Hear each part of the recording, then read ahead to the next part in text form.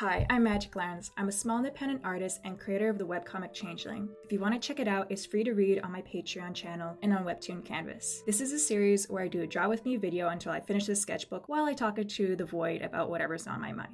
I just saw the movie The Boy and the Heron, so I felt really inspired to do an artwork for it. I'm using the movie poster as a reference and kind of changing it up a little bit. If you haven't seen the movie, I highly suggest it. Please go watch it in theaters. It is a masterpiece. I love everything about it. The animation, the artwork, the story, and the music. It is so inspiring.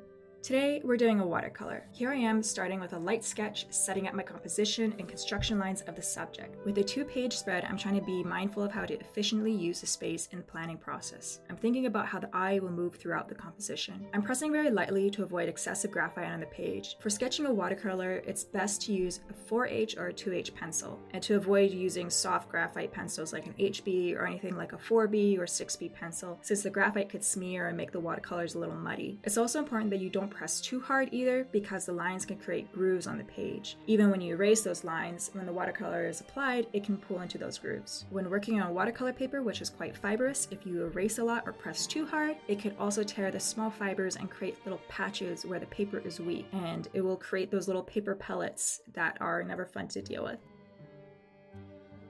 I also like to use my water barrel brush for traveling. When you want to use it, you add clean water to the barrel, which is super handy, to avoid having to set up a jar of water to wash out your brushes. It's good for small works like sketchbooking, although not the best for big washes of color because it can turn out a little patchy, and also if you're using pure colors. This brush is best for the dirty brush method, where you don't have to clean your brush after every color. When I'm traveling, typically I use my own mini watercolor kit I made using an old eyeshadow palette. It's great when I travel because the watercolor pigment dries and you don't need to carry around a bunch of tubes of paint that could be taken away by the sticky hands of those TSA officers when you go through airport security. Initially, I wanted to buy one of those beautiful mini watercolor kits when I first started doing watercolor for travel pieces, but they're pretty expensive, so I resort to making my own. I use the 3 primary colors because you can mix any color you want with them, rather than having a bajillion of paint tubes of every single color to buy. I have these paint brands listed in the description below and all my other materials. For the sake of visibility in this video, I'll be using my ceramic palette for now and a traditional brush, so you can see the color mixing process too. I have some sleeping paints in there, so we're gonna wake them up with some water. I believe you don't need to have very expensive equipment or materials to make good art.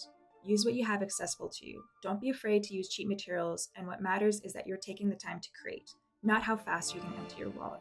And if you're really enjoying a medium, you can then invest into buying really nice materials, and even then, I suggest starting off with a little bit at a time. Remember, with watercolor, a little goes a long way. I'm not using a ton of pigment, just a touch of it, and I'm doing the wet on dry technique where the paper is dry and the brush is carrying the pigments for more controlled line and color placement. Since I am right-handed, I try to work from left to right to avoid smearing the paint when my hand passes over the artwork.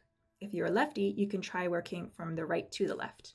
This also works when inking your pages as well. The 3 pigment method takes a little color theory, but after a little bit you get the hang of it, and you can mix these colors without even thinking about it. But I put the mixing swatches on the side just for you to view. I avoid painting areas I want white. I want to leave them the white of the page, and working from lighter colors to darker. I also avoid using black paint because it can also muddy the colors if you're trying to create darker shades.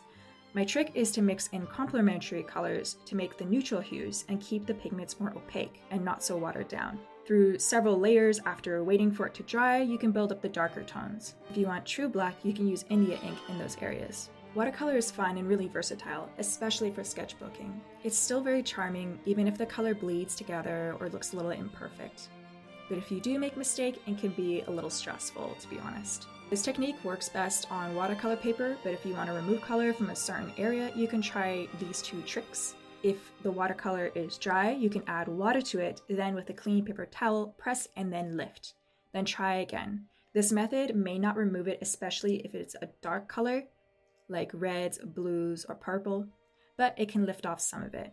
And be careful, this method can also weaken the page. If it's not watercolor paper, you want to be careful not to scrub too much either. If you want to lift color from the wet paint, I like to twist the paper towel to be a little smaller so you can get a little more control, and then press and lift, and it should absorb some of the wet paint, pulling the color off of your page. But don't fret over small mistakes too much. Like I said before, they add a personal handmade charm to your work, especially in a sketchbook. It is the process we're looking for rather than perfection.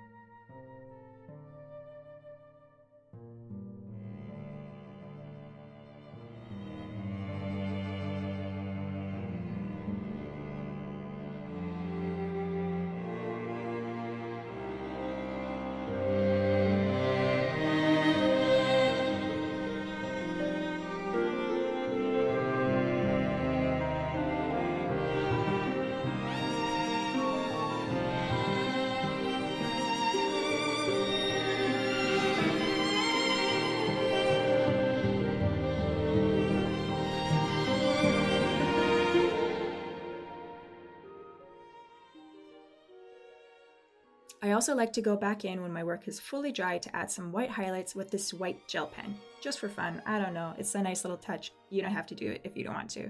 And that's it. I hope some of these tips helps with adding some watercolor to your sketchbook. Experiment with it. Watercolor is a very unique and versatile medium, and it's great for adding a little splash of color to spice up your work.